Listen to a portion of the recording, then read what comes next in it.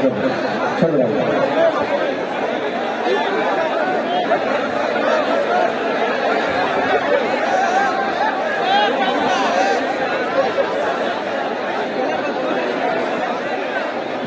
نور پر جلوہ علماء ذبیح کرام، مشائخ سادات، مفتیان نظام، حاضرین اہل سنت و جماعت، السلام علیکم ورحمۃ اللہ وبرکاتہ۔ الحمدللہ الحمدللہ الحنان المنان الذي خلق الانسان وعلمه البیان، الصلاة والسلام على رسوله سید الانس والجان وعلى آلہ واصحابہ ذوی الخیر والإحسان، اما بعد فاعوذ باللہ من الشیطان الرجیم، بسم اللہ الرحمن الرحیم۔ وَلِلَّهِ الْعِزَّةُ وَلِرَسُولِهِ وَلِلْمُؤْمِنِينَ وَلَكِنَّ الْمُنَافِقِينَ لَا يَعْلَمُونَ۔ صدق اللہ مولانا العظیم وبلغنا رسوله النبی الامین المتین المختار الکریم، ونحن على ذلك من الشاہدین والشاکرین والحمد للہ رب العالمین۔ بارگاہ رسالت معاب صلی اللہ علیہ وسلم میں درود پاک کا ہدیہ پیش کریں۔ اللہم صل علی محمد وآلہ واصحابہ الکرام وصحبہ الکریم وبارک وسلم صلاۃ دائمۃ سرمدا ابدا۔ عزیزان گرامی وقار، آپ کے اس پیارے خلیل آباد میں پہلی مرتبہ میری آمد ہے۔ دور دراز علاقوں سے آپ کے شہر کا نام سنا تو تھا، لیکن اس جلسے میں آنے کے بعد ایک چیز کا احساس ہو رہا ہے، مجھ جیسا غلام رسول سلام کرے تو مجمع اتنی تیز سلام کا جواب دے سکتا ہے، تو پھر گستاخ رسول کے خلاف کتنی آواز ہے۔ یقیناً یہ دم خم ہمیشہ تمہارے سینوں میں باقی رہے۔ مجھے تو یقین نہیں ہے کہ میں گورکھپور کے قریب آیا ہوں، کیونکہ کسی بابا نے کہا تھا کہ مولانا لوگوں کو زیادہ بھاؤ دینے کی آوشکتا نہیں ہے،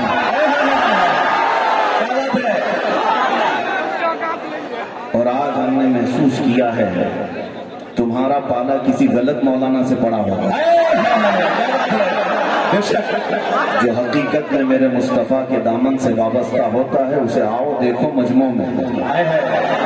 یقیناً آج بھی امت مصطفیٰ حقیقی نائبان رسول کو اپنے پلکوں پر بٹھاتی ہے، اور حقیقت تو یہ ہے کہ میرے مصطفیٰ کی بات کرنے والا دنیا کے جس چپے میں جائے اللہ اسے عزت عطا کرتا ہے۔ قرآن کہتا ہے وَلِلَّهِ الْعِزَّةُ وَلِرَسُولِهِ وَلِلْمُؤْمِنِينَ، عزت اللہ کی ہے، رسول کی ہے، اور مومنوں کے لیے ہے۔ تھوڑے دنوں کے لیے اگر کوئی تخت پر بیٹھ کر کے یہ سمجھے کہ ساری عزت میرے پاس ہے، یہ اس کتے کی طرح ہے جو بیل گاڑی کے نیچے چلتا ہے، اسے ایسا لگتا ہے کہ پوری بیل گاڑی میں چلا رہا ہوں۔ محاورہ ہم نے پہلے سنا تھا کہ کسی بیل گاڑی کے نیچے کتا چلتا ہے تو اسے یہ لگتا ہے کہ پوری گاڑی میں چلا رہا ہوں، پھر جب گاڑی آگے گزر جاتی ہے تب پتہ چلتا ہے گاڑی تو بیل چلا رہے تھے۔ میرے عزیز کو جن لوگوں کو وقتی طور پر تخت ملے یا عزت ملے تو ان کا حال یہی ہوتا ہے انہیں کتوں کی طرح سے، لیکن حقیقی عزت اس کی ہے جو دامن مصطفیٰ سے وابستہ ہے۔ ہم نے دیکھا ہے کہ یہ میرے مصطفیٰ کریم کے غلام چاہے عمر میں بوڑھے کیوں نہ ہو جائیں، وہ لاکھوں جوانوں سے زیادہ حسین نظر آتے ہیں۔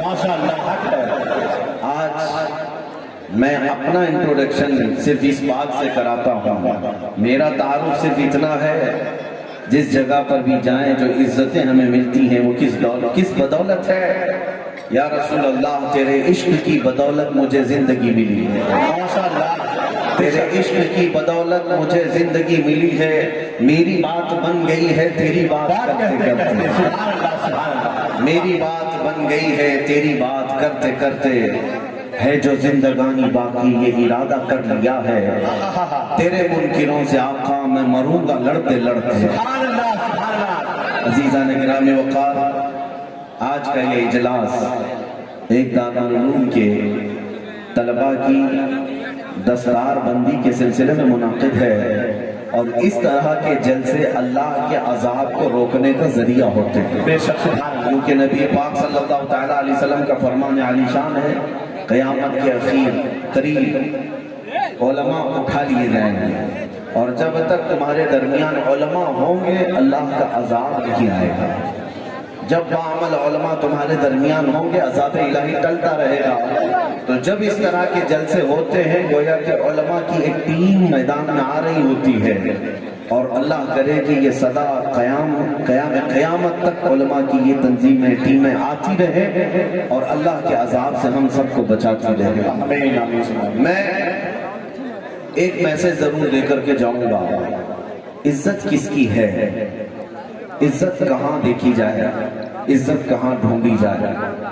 آج ہمارا نوجوان یہ سوچتا ہے کہ دنیا میں عزت ہے، پیسے والوں کے ارد گرد گھوم کر کے اسے لگتا ہے کہ میرا سٹیٹس بڑھ جاتا ہے، ہمارا سٹینڈرڈ بڑھ جاتا ہے، گاڑی، حویلی، بنگلہ، کرسی، منصب، ان سب باتوں کو وہ سمجھتا ہے عزت ہے۔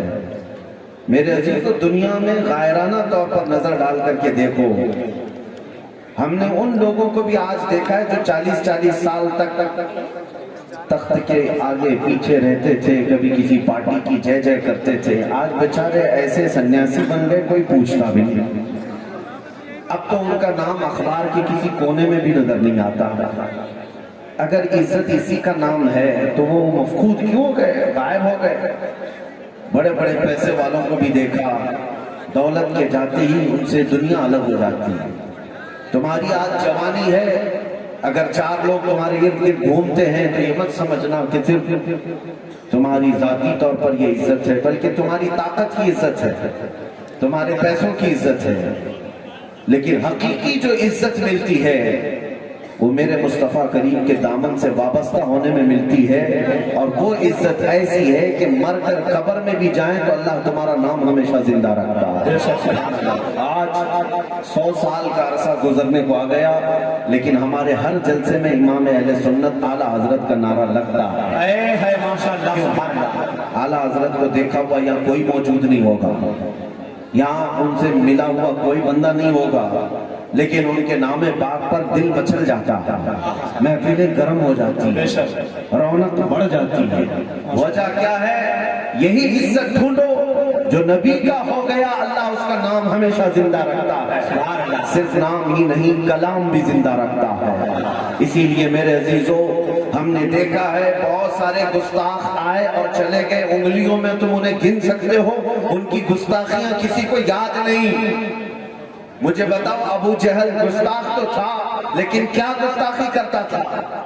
ابو لہب گستاخ تھا لیکن کیا کرتا تھا؟ نوٹ کر کے کسی نے محفوظ نہیں رکھا۔ عتبہ شیبہ گالیاں تو دیتے تھے لیکن کیا کہتے تھے میرے مصطفیٰ کو؟ یہ کہیں محفوظ نہیں۔ ہر زمانے میں اس طرح کے بھونکنے والے آتے رہے لیکن ان کی گستاخیاں محفوظ نہیں۔ لیکن جس نے میرے مصطفیٰ کی شان بیان کی ان کا نام بھی محفوظ ہے اور کلام بھی محفوظ ہے۔ 14 صدیاں گزر گئی حسان بن ثابت کو بھی، لیکن انہوں نے دربار مصطفیٰ میں جو کہا تھا وَأَحْسَنُ مِنْكَ لَمْ تَرَ قَطُّ عَيْنِي وَأَجْمَلُ مِنْكَ لَمْ تَلِدِ النِّسَاءُ خُلِقْتَ مُبَرَّأً مِنْ كُلِّ عَيْبٍ كَأَنَّكَ قَدْ خُلِقْتَ كَمَا تَشَاءُ۔ یہ حسان بن ثابت کے کہے ہوئے جملے آج بھی محفوظ ہیں۔ ہر بچہ جو دارالعلوم سے وابستہ ہوگا یا عربی دانی سے آتی ہوگی وہ اشعار یاد رکھتا ہے جس میں حسان بن ثابت نے کہا تھا یا رسول اللہ آپ سے زیادہ حسین میری آنکھوں نے دیکھا نہیں ہے، آپ سے زیادہ خوبصورت کسی ماں نے جنا ہی نہیں، آپ کو اللہ نے ہر عیب سے پاک پیدا کیا ہے جیسے آپ کی مرضی تھی۔ حسان بن ثابت کا جملہ بھی محفوظ ہے، ان کا نام بھی محفوظ ہے۔ صدیاں گزر گئی، سعدی شیرازی نے کہا تھا بلغ العلا بکمالہ کشف الدجا بجمالہ حسنت جمیع خصالہ صلو علیہ وآلہ۔ میرے مصطفیٰ کی شان جنہوں نے بیان کی اللہ کریم نے ان کی ہر ادا کو بھی محفوظ رکھا ہے، ان کے کلام کو محفوظ رکھا ہے۔ یہی عزت میں آپ کے سامنے عرض کرنا چاہ رہا ہوں، اگر ہمیشہ کی عزت چاہتے ہو تو دربار مصطفیٰ کی تعریف شروع کرو، ان کی وفا کرنا شروع کرو، پھر دیکھنا مولا یہاں پر بھی عزت عطا کرتا ہے اور آخرت میں بھی عزت عطا کرے گا۔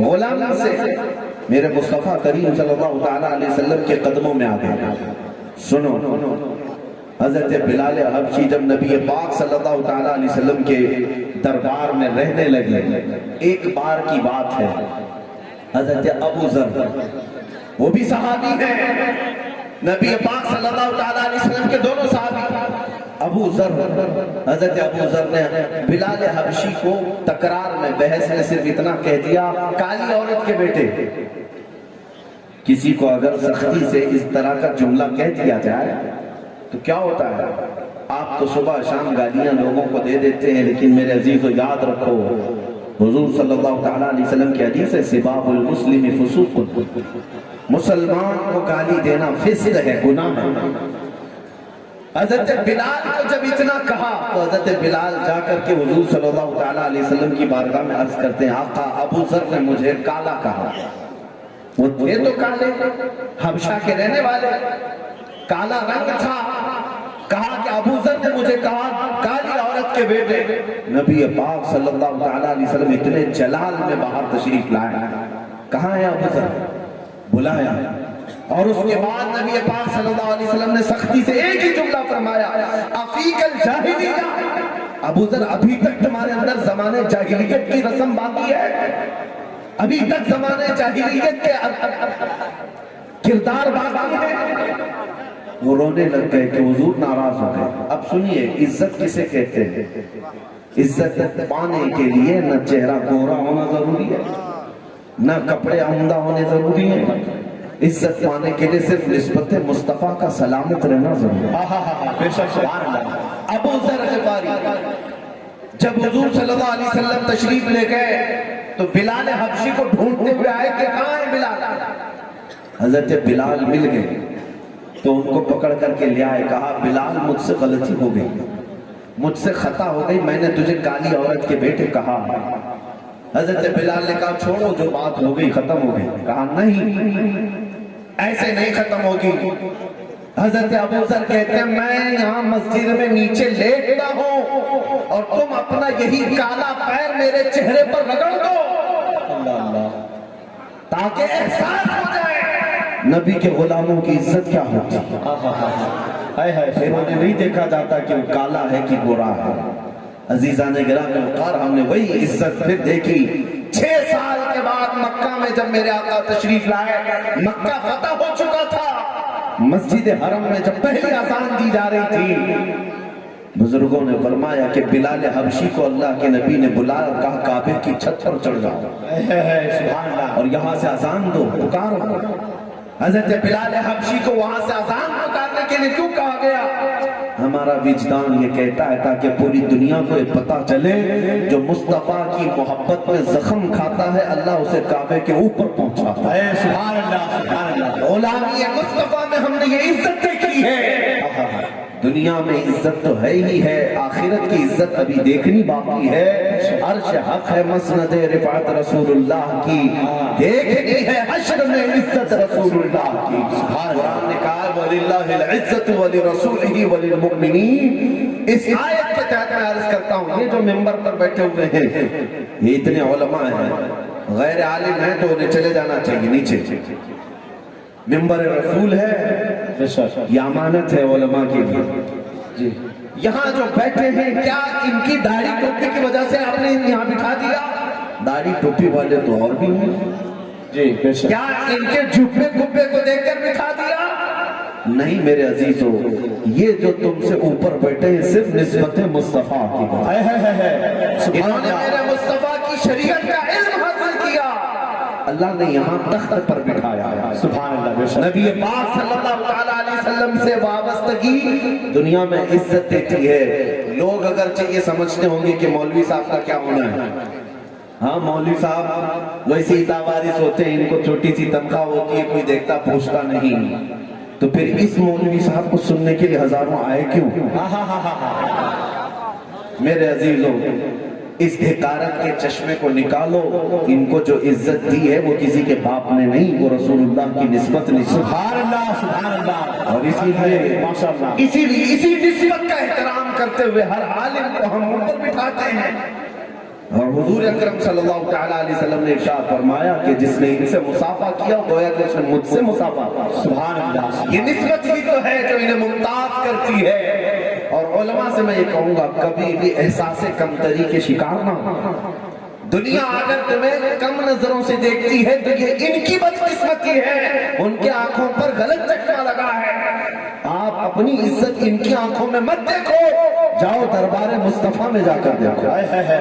نبی پاک صلی اللہ تعالیٰ علیہ وسلم کی بارگاہ میں سچے دل سے حاضر ہو کر دیکھو نبی پاک تمہیں کیسے اعزاز بخشتے ہیں.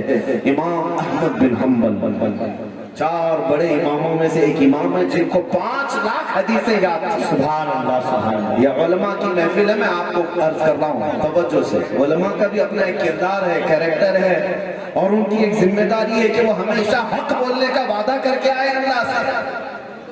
قرآن میں وَإِذْ أَخَذَ اللَّهُ مِيثَاقَ الَّذِينَ أُوتُوا الْكِتَابَ لَتُبَيِّنُنَّهُ لِلنَّاسِ وَلَا تَكْتُمُونَهُ. اللہ نے جن کو کتاب عطا کیا, کتاب کا علم دیا, ان سے یہ وعدہ لیا ہے کہ جب جاؤ گے تو لوگوں کو حق بیان کرو گے اور کوئی بھی چیز چھپاؤ گے نہیں. اور جب تک یہ علماء حق بیانی کرتے رہیں گے اللہ اور اس کے رسول کی مدد ان کو آتی رہے گی. امام احمد بن حنبل زمانے کے ظلم کا شکار ہو گئے. زمانے کے ظلم کا شکار ہوئے. وقت کا جو خلیفہ تھا اس نے امام احمد بن حنبل سے اپنی مزاج کے مطابق فتویٰ سوچا کہ مل جائے گا, لیکن ملا نہیں. ایک کو بند کر دو, ایک کو بند کر دو. امام احمد بن حنبل اپنے زمانے میں شریعت مصطفیٰ بولتے رہے. اس پاداش میں خلیفہ نے بلایا اور کہا کہ تم اپنا فتویٰ بدلو. انہوں نے کہا یہ میرے گھر کا نہیں ہے, یہ میرے مصطفیٰ کی شریعت, یہ مصطفیٰ کی شریعت ہے. اس بات پر وقت کے خلیفہ نے جلاد کو حکم دیا انہیں کوڑے مارنے کا, اور امام احمد بن حنبل کو 100 کوڑے لگائے جا رہے تھے ننگی پیٹ پر. علماء کیا سمجھتے ہیں کہ ہم صرف حلوہ پراٹھا کھا کر کے دین کی خدمت کر لیں گے؟ ہاں, یہ شہادت کہے الفت میں ہے قدم رکھنا. لوگ آسان سمجھتے ہیں مسلمان ہونا. امام احمد بن حنبل کو پھر دوسرا خلیفہ آیا, اس نے بھی کوڑے لگوائے. تیسرا آیا, اس نے بھی کوڑے لگوائے. ایک بار کا ذکر ہے کہ آپ لنگی پہنے ہوئے ہیں, دونوں ہاتھ زنجیروں میں بندھے ہوئے ہیں, اور جلاد کوڑے مار رہا ہے ننگی پیٹھ پر. اسی اثنا میں آپ کی تہبند کھلنے لگ گئی. لنگی جب نیچے ہونے لگی تو آپ کو اس بات کا خوف ہونے لگا کہ سطر نہ کھل جائے, اور آنکھوں سے آنسو آنے لگے. انہیں کوڑوں کے درد کا احساس نہیں تھا, تہبند کے کھلنے کا احساس ہو رہا تھا کہ سطر نہ کھل جائے. آنکھوں سے آنسو جاری ہوئے. ان کا رونا تھا کہ اچانک غیب سے 2 ہاتھ باہر آئے اور امام احمد بن حنبل کی تہبند کو مضبوطی سے پکڑ لیا. سبحان اللہ. اور کسی نے مضبوطی سے ان کی تہبند کو باندھ دیا. وہ جو رو رہے تھے اب وہ ہنسنے میں بدل گئے, وہ مسکرانے لگے. جلاد تو دیکھ رہا تھا جو کوڑے مار رہا تھا.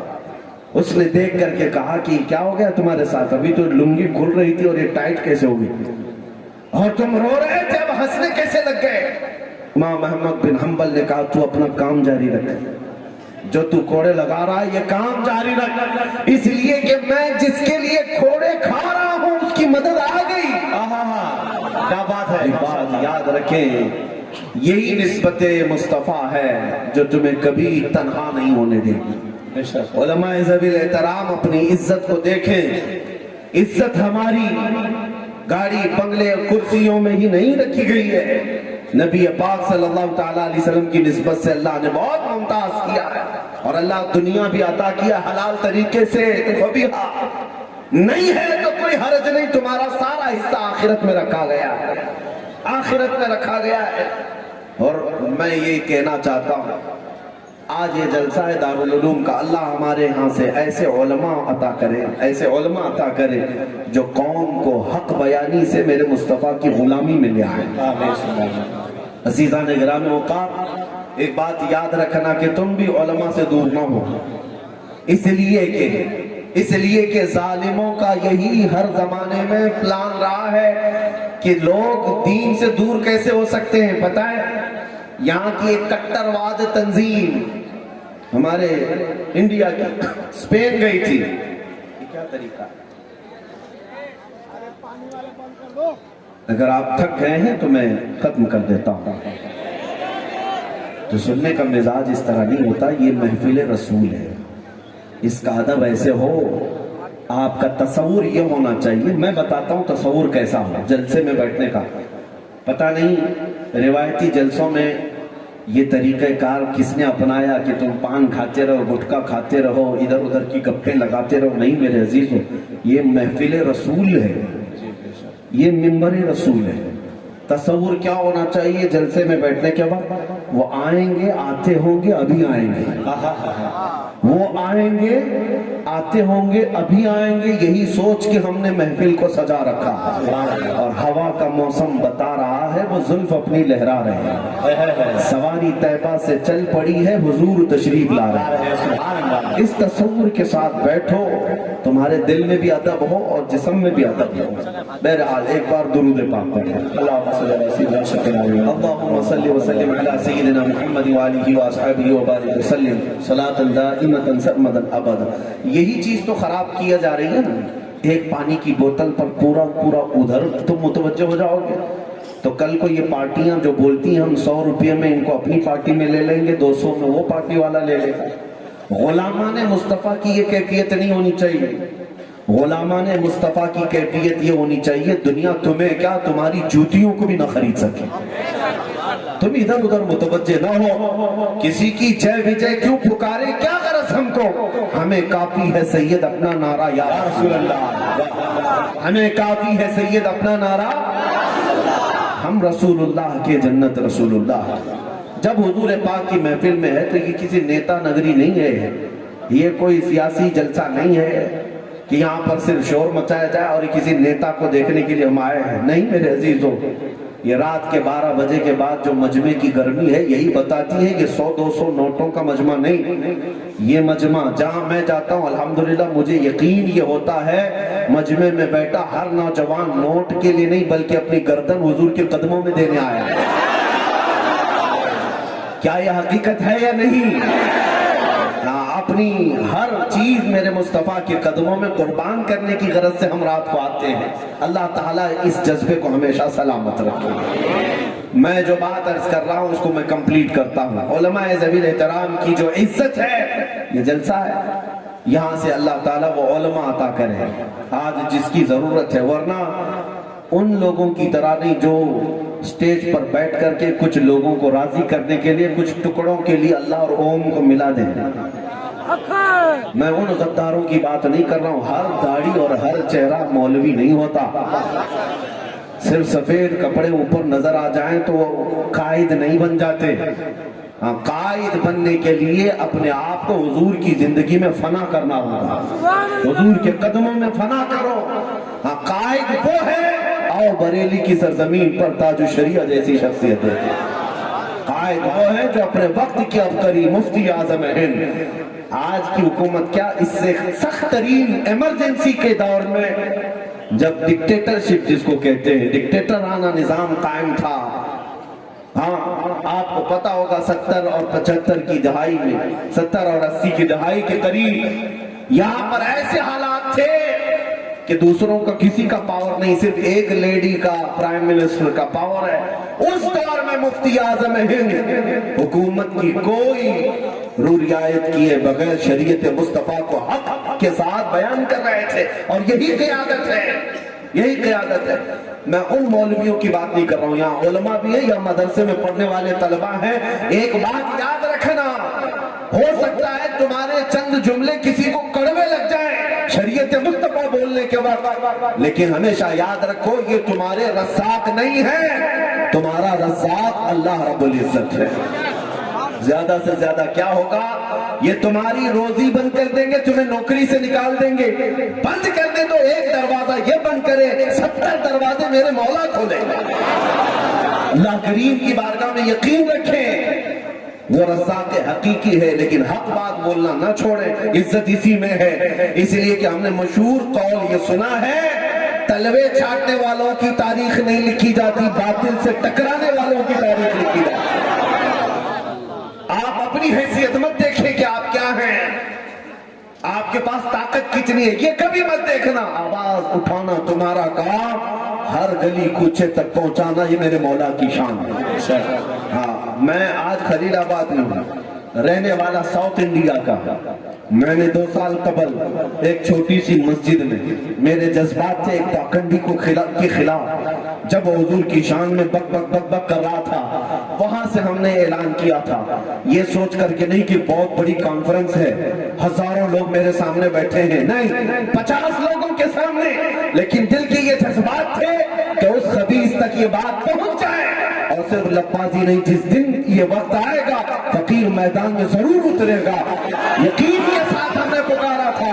1 مہینے کے بعد پتا چلا کہ ہمارے یہ جملے صرف ہمارے محلے یا شہر یا ملک میں نہیں، امریکہ والے بھی سن رہے تھے، افریقہ والے بھی سن رہے تھے، اور ہر چپے سے ہمیں میسیجز بھی آئے ہیں، ہر علاقے سے ہمیں خطوط بھی آئے، ان کے پیغامات بھی آئے. سبوں نے کہا وقت کی ضرورت تھی اور اس کے جواب کی جو ضرورت تھی آپ نے دیا. میں یہ اپنی تعریف کے لیے نہیں کہہ رہا ہوں، علماء اس بات کو محسوس کریں، آواز اٹھانا تمہارا کام ہے، پہنچانا میرے مولا کی شان ہے.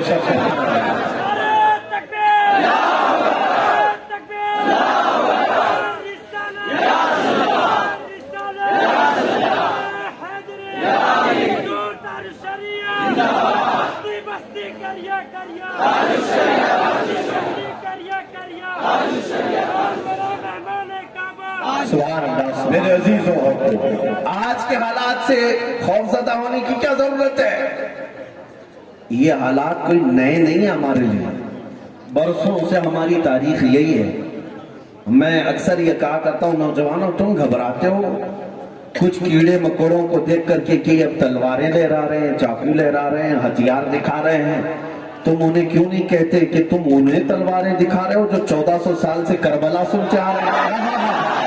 ہماری تاریخ میں کربلا بھی ہے، بدر بھی ہے، احد بھی ہے. ہم ان کے اسلاف ہیں، ہم ان کے وارثین ہیں جو ان اسلاف کے. ڈر اور خوف تمہارے دل میں کیوں آنے لگ گیا؟ در حقیقت دنیا کی محبت تمہارے اندر زیادہ آ گئی. اس لیے میرے عزیزوں، ورنہ اعلیٰ حضرت تو یوں کہتے ہیں، خوف نہ رکھ رضا ذرا تو ہے عبد مصطفیٰ. خوف نہ رکھ رضا ذرا تو ہے عبد مصطفیٰ. تیرے لیے امان ہے، تیرے لیے امان ہے. اللہ کی قدرت پر یقین رکھو، جب تک تمہاری زندگی باقی ہے پوری طاقتیں مل کر کے تمہارا بال بھی نہیں نکال سکتی. اور اگر ہماری موت منظور ہے تو مچھر اور چونٹی سے بھی ہم مر سکتے ہیں. یہی قدرت الہی ہے. اللہ کی قدرت پر یقین رکھو. میں ایک اور بات عرض کرتا ہوں، علماء کی جو عزت ہے وہ رسول پاک کے دربار سے وابستہ ہے، اور علماء کو اپنا کردار آج بھی ادا کرنا چاہیے. مجھے حیرت ہوتی ہے، آج چند لوگوں کو راضی کرنے کے لیے بیچارے داڑھی ٹوپی سب رکھ کر کے دھرم سنسد کر کے اپنا دین بھی بیچ دیا، ایمان بھی بیچ دیا، نہ جانے کیا کیا کہہ دیا. لیکن اکبر جیسے ڈکٹیٹر کا زمانہ ہے، اکھنڈ بھارت پر ایک ہی بادشاہ کی حکومت ہے، لاکھوں فوج ہے اس کے پاس. اس بادشاہ کے دماغ میں کیا خمار سوار تھا، اس نے تو پورا دین بدلنے کا اعلان کر دیا. کہا کہ اب مصطفیٰ کریم صلی اللہ علیہ وسلم کا دین نہیں، میرا دین چلے گا. اس نے دین کو ایک نیا مکسچر انداز میں پیش کیا، دین الہی اس کا نام رکھا. اس میں ہوگا کیا؟ مسجدوں سے اذان نہیں، سیپ بجائی جائے گی، منبروں پر مورتیاں بھی رکھی جائیں گی، نماز بھی پڑھی جائے گی. یہ دین الہی کا نظام اعلان کر دیا.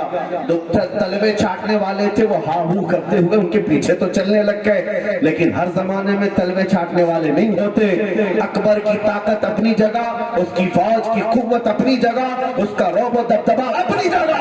لیکن اسی زمانے میں ایک مرد قلندر احمد فاروقی مجدد الفسانی کو اللہ نے زندہ فرمایا، کھڑا کیا، اور اس مجدد الفسانی نے کھڑے ہو کر کے اعلان کیا، اسلام نام پر اس زمین پر کوئی دین باقی رہے گا تو صرف محمد رسول اللہ کا ہوگا.